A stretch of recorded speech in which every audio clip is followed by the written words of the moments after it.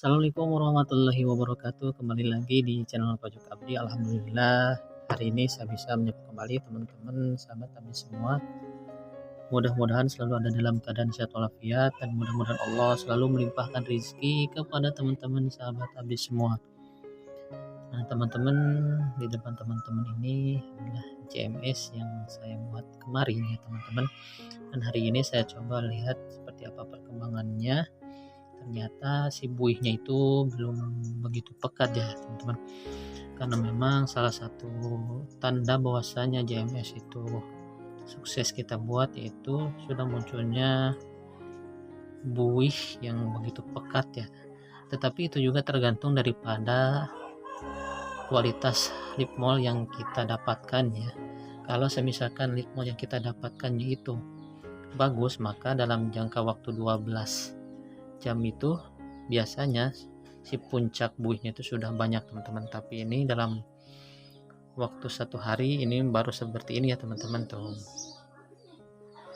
buihnya masih sedikit.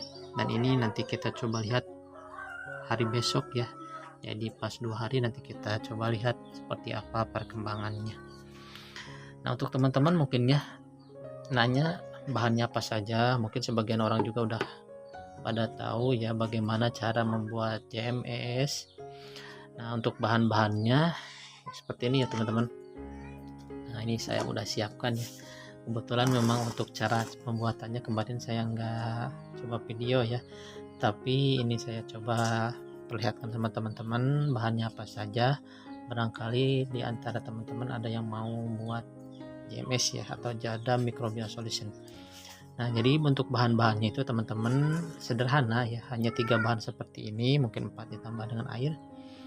Jadi bahan-bahannya itu hanya yang pertama tuh ada garam krosok, kemudian ada kentang juga, kemudian ada lip mol atau serasa daun yang kita dapatkan dari hutan ya. Ini kebetulan saya dapatkan dari sekitaran hutan di sana teman-teman tuh.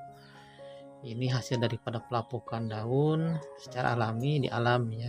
Nah, ini bisa kita jadikan sebagai JMS. Jadi ada garam krosok, ada juga kentang, kemudian lip mol seperti ini teman-teman. Nah, untuk takarannya ini yang saya buat sekarang itu. Ini kan di ember ya, ini ember yang saya isi air 20 liter. Kemudian untuk garam krosoknya saya gunakan 1 genggam garam krosok, kemudian lip molnya 1 genggam, kemudian kentang sepotong ya.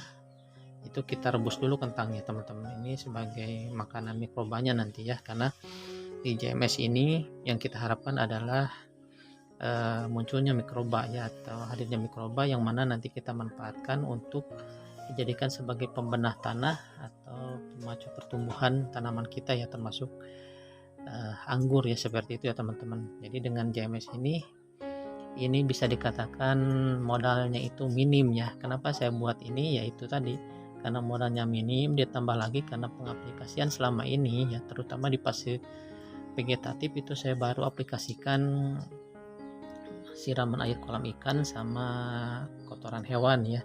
Mungkin kemarin saya ada sisa sedikit, saya aplikasikan POC ya. Nah, jadi seperti itu ya teman-teman. Nah, ini jadi si garam krosoknya ini teman-teman 1 genggam kita larutkan di air 20 liter ini. Kemudian si lip mol sama si kentangnya itu kita masukkan ke kaos kaki. Nah, ke sini nih. Nah, ini jadi di sini itu ada lip mol sama kentang rebus yang ini ya, yang sudah kita rebus, kita masukkan ke sini. Kemudian kita peras-peras, nanti itu kan akan berubah warna ya. Ini itu saringannya nih si kaos kaki ini. Itu kita peras-peras sampai hancur, sampai terlarut juga. Dan nanti setelahnya itu kita ikat seperti ini tuh. Saya ikat seperti ini dan direndam di sini ya. Gitu. Dan kita simpan sampai dengan keluar buih, yaitu sebagai tanda bahwasannya si larutan ini ada mikrobanya ya teman-teman, seperti itu. Nah, ini bisa jadi solusi ya untuk teman-teman terutama pemula seperti saya. Untuk di fase vegetatif itu ternyata dengan hanya menggunakan yang kemarin saya lakukan ya, hanya dengan kotoran hewan kemudian siram air kolam ikan ya, ternyata pertumbuhannya itu normal ya teman-teman. Apalagi jika kita tambahkan JMS seperti ini yang nanti pengaplikasiannya itu bisa kita lakukan sebulan sekali, bahkan 2 minggu sekali atau 1 minggu sekali. Nah ini kita aplikasikannya teman-teman cukup dengan perbandingannya ya 1:10 ya, kalau kita gayung ya pakai 1 gayung ini JMS, kemudian 10 gayungnya itu airnya seperti itu. Nanti kita bisa siramkan ke media tanam yang kita tanam gitu ya, tanam anggur ataupun tanaman lain. Dan ini tuh teman-teman, kalau teman-teman nyimak ya, ini saya praktikkan ini berdasarkan hasil daripada ilmu yang saya dapat dari Kang Hilmi juga, yang waktu itu saya berkunjung ya ke tempatnya, mungkin teman-teman pernah nyimak.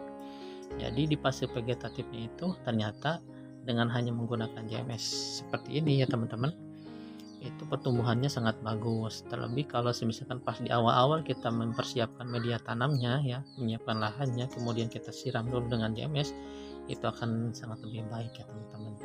Jadi ini bisa solusi untuk teman-teman pemula ya, yang yang ingin minim modalnya gitu ya, hanya menggunakan 3 bahan organik ini ya, ada kentang, ada garam kerosok, kemudian lipmol. Itu sangat membantu sekali teman-teman. Jadi untuk mendapatkan tanaman yang subur itu kita cukup dengan menggunakan JMS ini. Terlebih kalau kita pemakaiannya itu konsisten ya, rutin, insya Allah akan tumbuh dengan baik. Bahkan di Kang Hilmi itu teman-teman dengan pengaplikasian ini jadi fase-fase vegetatif, ketika beliau melakukan aksabrik seperti itu ada yang keluar bunga teman-teman. Dan ini saya udah lama nih kebetulan gak ke sana. Sekarang itu entah seperti apa perkembangannya, nanti kita coba lihat. Kalau misalkan saya udah nggak terlalu sibuk ya, nanti insya Allah saya berkunjung bersilaturahmi ke Tasik ya, ke Tasik kota. Kalau hari ini tuh saya masih ada kegiatan-kegiatan yang tidak bisa ditinggalkan, makanya ini pun saya buat video nyempetin waktu gitu ya teman-teman. Dan mudah-mudahan dengannya saya mengaplikasikan ini ya di lahan yang sangat terbatas, di lahan yang sempit, kemudian di tanaman anggur yang saya tanam di sana tuh teman-teman. Dan ini juga barusan habis turun hujan ya, mudah-mudahan nanti bisa tumbuh subur ya teman-teman gitu. Dan ini kita nanti coba update besok seperti apa puncak buihnya, apakah banyak atau tidak. Nah kalau misalkan banyak berarti mikroba yang terdapat di lipmolnya ini ternyata banyak juga ya, bagus gitu. Kalaupun kurang berarti kurang, makanya kita tidak bisa menentukan apakah di lipmolnya ini banyak mikrobanya atau tidak ya, karena kita kan nggak punya alat. Makanya untuk salah satu indikator keberhasilannya itu munculnya buih ya, buih. Kalau banyak ya berarti banyak ya, jutaan mikroba terdapat di sini gitu. Jadi dengan pengaplikasian JMS ini teman-teman itu bisa membenahi tanah ya, atau merekonstruksi media tanam gitu ya, itu jadi lebih sehat, unsur haranya banyak juga gitu. Ini kan yang bekerjanya mikroba ya teman-teman, seperti itu. Jadi nanti ini kita coba lihat seperti apa perkembangannya. Oke, dan sekarang mungkin teman-teman juga pengen lihat nih perkembangan anggur yang saya tanam yang tanpa atap ya. Kebetulan ini juga tuh yang depan rumah para-paranya ini udah roboh. Ini saya belum ganti, ini harau teman-teman tuh, batangnya udah besar juga. Ini saya biarkan dulu seperti ini, nggak keurus teman-teman. Nih tuh, ini habis turun hujan.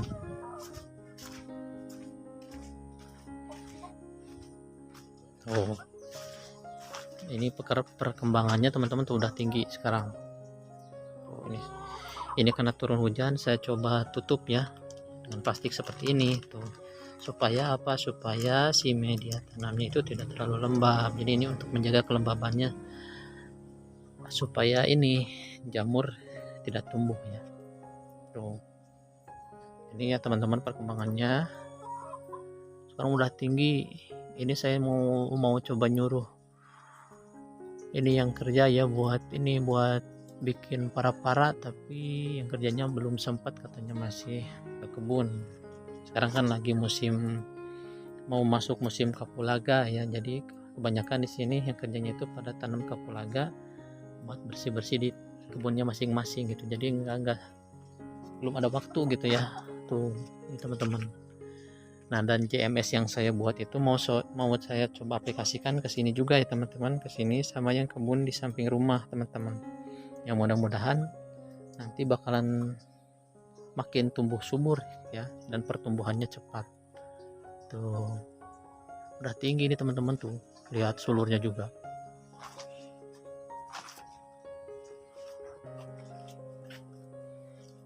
Tuh sudah juga aktif tuh.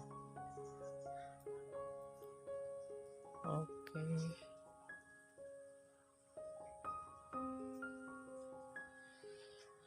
Mungkin itu saja ya teman-teman, video ringan saya di hari ini.